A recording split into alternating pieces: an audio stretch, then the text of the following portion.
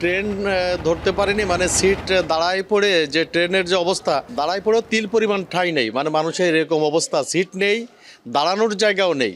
আর এখানে আরও দেখলাম যে অন্তত 1,000 লোক এরা ফিরে যাচ্ছে, এরা ঢাকায় যেতে পারছে না, হয়তো এখন বিকল্প পথে এদেরকে ঢাকায় যেতে হবে। এত উচ্ছ্বাস, এত ভাববাম উচ্ছ্বাস যে আমাদের দেশ নায়ক তারেক রহমানের চাঁদমুখ দেখার জন্য খুলনাবাসী অধিক আগ্রহ হয়েছে। খুলনা তো অলরেডি আমাদের জানা মতে একটি গত 2 দিনে অন্তত 20,000 নেতাকর্মী চলে গিয়েছে।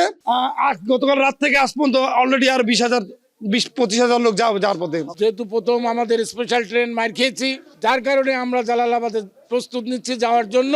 আমাদের বিভিন্ন নেতৃকর্মীরা বিভিন্নভাবে চলে গিয়েছে। আমাদের দল থেকে একটা ফ্রি ট্রেনের ব্যবস্থা করা হয়েছিল, আপনারা সকলে জানেন। হয়তোবা সেটাই জায়গায় সংকলন হয়নি।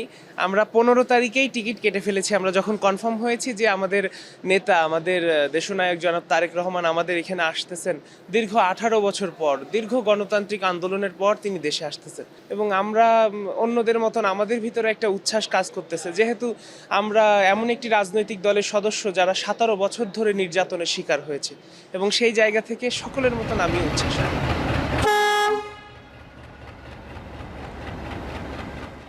নতুন রিন গভীর থেকে পরিষ্কার করে কাপড়কে রাখে নতুনের মতো উজ্জ্বল। নতুন রিন অ্যাডভান্স পাউডার।